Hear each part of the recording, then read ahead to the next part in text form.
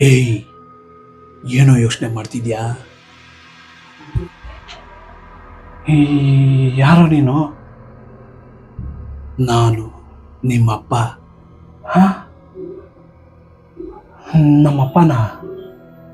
Love, ನಾನು ನಿನ್ನ ಆತ್ಮ ಕಣ. ನನ್ನ ಆತ್ಮನ?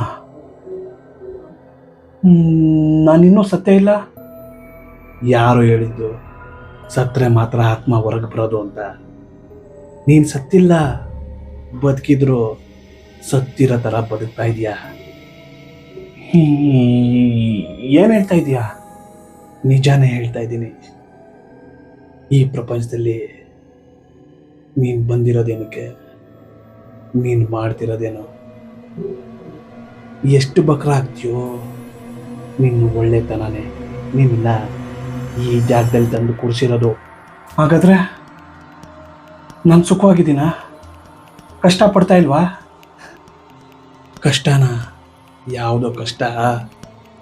ಹೋಗಿ ಪ್ರಪಂಚ ನೋಡು. ಮಾರ್ಕೆಟ್ನಲ್ಲಿ ಮೂಟೆ ಹೊರೋನು, ರೋಡಲ್ಲಿ ಕಸ ಹೊಡಿಯೋನು, ಗಾರೆ ಕೆಲಸ ಮಾಡೋನು, ಅವರು ಕಷ್ಟಪಡ್ತಿರೋದು. 100 ರೂಪಾಯಿ ದುಡಿಬೇಕು ಅಂದ್ರೂ ಬೆವರಲ್ಲ, ರಕ್ತ ಸುರಿಸ್ತಾರೆ. ಕಷ್ಟ ಎಲ್ಲರೂ ಪಡ್ತಾರೆ, ಆದರೆ ಮನುಷ್ಯನಿಗೆ ಬುದ್ಧಿ ಕೊಟ್ಟಿರ್ತಾನೆ ದೇವರು. ಅದನ್ನ ಹೆಂಗ್ ಉಪಯೋಗಿಸ್ಬೇಕು ಅಂತ ತಿಳ್ಕೊಬೇಕು.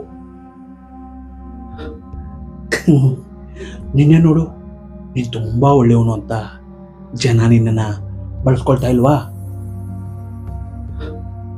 ಮೊದಲು ನಾನು ಒಳ್ಳೆಯವನು, ನನಗೆ ಕಷ್ಟ ಬರ್ತಾ ಇದೆ ಅಂತ ನಾಟಕ ಮಾಡೋದು ಬಿಟ್ಟು ನೀನು ಬದುಕೋದು ಕಲಿ. ನಾನು ದುಡ್ಡು ಮಾಡಬೇಕು, ನಾನು ಚೆನ್ನಾಗಿರಬೇಕು ಅಂತ ಬದುಕು. ನಾನು ಅನ್ನೋದು ನಿನ್ನಲ್ಲಿಲ್ಲ ಅಂದರೆ ಈ ಭೂಮಿ ಮೇಲೆ ನಿನ್ನನ್ನೇ ಇಲ್ದಂಗೆ ಮಾಡ್ಬಿಡುತ್ತೆ ಈ ಪ್ರಪಂಚ.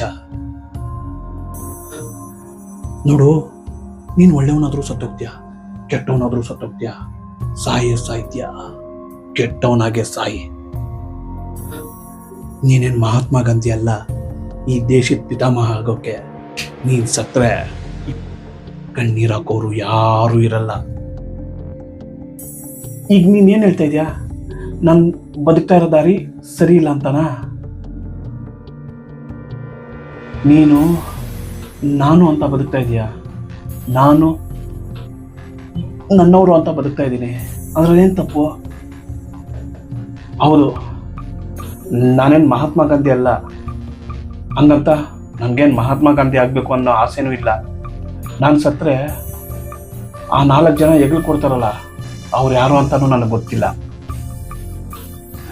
ಒಟ್ಟಿನಲ್ಲಿ ನಾನು ಇದ್ದಷ್ಟು ದಿನ ನಾನು ಹೇಗೆ ಬದುಕ್ತಾ ಇದ್ದೀನೋ ನಾನು ಹಾಗೆ ಬದುಕಬೇಕು ಅಂದ್ಕೊಂಡಿದ್ದೀನಿ. ನೀನು ಬಂದು ಹೇಳಿದ ತಕ್ಷಣ ನನ್ನ ಬದಲಾಗಲ್ಲ. ಗೊತ್ತಾಯ್ತು ನನ್ನ ಮಗನೇ, ನೀನು ಯಾರ ಮಾತು ಕೇಳಲ್ಲ ಅಂತ. ಸುಮ್ಮನೆ ಟೆಸ್ಟ್ ಮಾಡಿದೆ, ನೋಡೋಣ ನನ್ನ ಮಾತಾದರೂ ಕೇಳಿ ನೀನು ಬದಲಾಗ್ತೀಯ ಅಂತ. ನೀನು ಒಳ್ಳೆತನನೇ ನಿನಗೆ ಒಂದಲ್ಲ ಒಂದಿನ ಮುಳ್ಳಾಗುತ್ತೆ.